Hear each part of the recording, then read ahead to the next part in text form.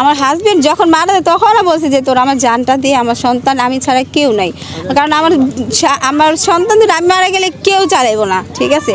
তখন তারা জানটা ভিক্ষা দেয় নাকি, আমার স্বামী অনেক কইছে যে আমার জানটা ভিক্ষা দেয়।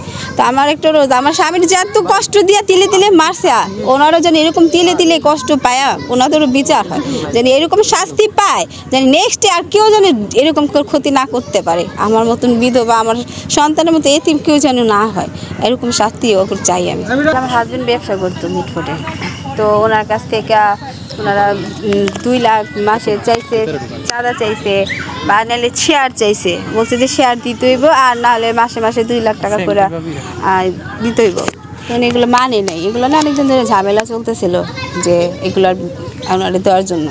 উনি বলছেন আমি আমার নিজের ব্যবসা, আমি কে লেগে এক একজনে চাঁদা দিতে যাবো বা শেয়ার করতে যাবো, এটা আমার নিজের পরিশ্রমের জিনিস। তো দিলে অনেকদিন ধরে ওনার সাথে এগুলো নিয়ে দ্বন্দ্ব চলছে। তারপরে বুধবার দিন ওনারা ডাকাইছে যে আমরা আসেন একটা মীমাংসে যাই, দেখি কি করা যায়। তো ওনার বাসা থেকে ফোন দিয়ে নিয়ে এরকম করছে, ওনার প্ল্যান পোক্ত করেই ছিল যে উনি যাইবে, যদি ওনার সাথে কথা না বলে তাহলে ওনার উপরে অ্যাটাক করবো, ঠিক আছে। ওটাই হয়েছে, ওনারা নিয়ে উনারা দেখছে যে ওরা মানতেছে না ওনাদের কথা, তখন করছে কি আমার হাজবেন্ডের পিছন দিয়ে অ্যাটাক করছে, করার পরে নিচে পড়ে যায়। উনি পড়ে যাওয়ার পরে ওনার কলার ধইরা টানতে টানতে মিটফুটের 3 নম্বর গেটে নিয়ে যায়, ওখানে বড় বড় পাথর, আপনারা তো দেখছেনই মনে হয় যে কী অবস্থা হয়েছে।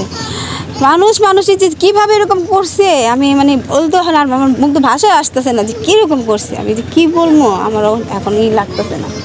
তো আমি শুধু আপনাদের কাছে একটু বিচার চাই, যে বলতে চাই যে আমার স্বামী যেন সুস্থ একটা বিচার হোক, এরকম কঠিনতম বিচার হোক, যেন নেক্সটে কেউ যেন এরকম পদক্ষেপ নিতে না পারে।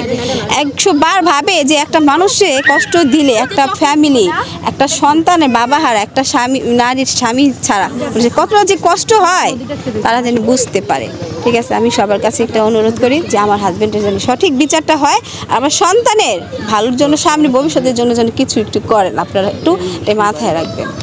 আতঙ্ক তো ওনার সাথে আগে তো এইসব করছে, আমাদের উপরে কোনো আসেনি, এখন সামনে যে কী হবে সেটা তো আমি জানি না, হইতেও পারে, কারণ এই যে পুলিশ মিডিয়া সব হয়ে গেছে, ওখান থেকে তো অনেক চাপ আসবে, ঠিক আছে। তো আমাদের ছেলে মেয়ের জন্য প্রোটেক্ট চাই, আর আমার ছেলে মেয়ের ভবিষ্যতের জন্য যেন একটু করে, আর আমার হাজবেন্ডের বিচার চাই। আর হাজবেন্ডের যেরকম করছে, যা করছে, আমার স্বামী হারা, আমার সন্তানের বাবা হারা করছে, এরকম যেন কোনো মানুষ আর না হয়। তো আপনাদের কাছে রিকোয়েস্ট, আপনারা সবাই যদি দেখেন, আমার সন্তানের কথা যদি ভাবেন, তাহলে আমার সন্তান দুটো একটু ভালো আছে, আমার ছেলে মেয়ের পড়ালেখা, আমার মেয়েটা 2 বছর পরে বিয়ে দিতে হবে, আমার মেয়েটা এখন ভালো পড়ে গেছে, ওনার অনেক স্বপ্ন ছিল আমার মেয়েটার বিয়ে দিয়ে তারপর যা হবে, এটাও ওনারা পূরণ করতে দিল না। আমার ছেলে মেয়েটার জন্য দুনিয়াটা একদিকে আর ওনার ছেলে মেয়ে ছিল একদিকে।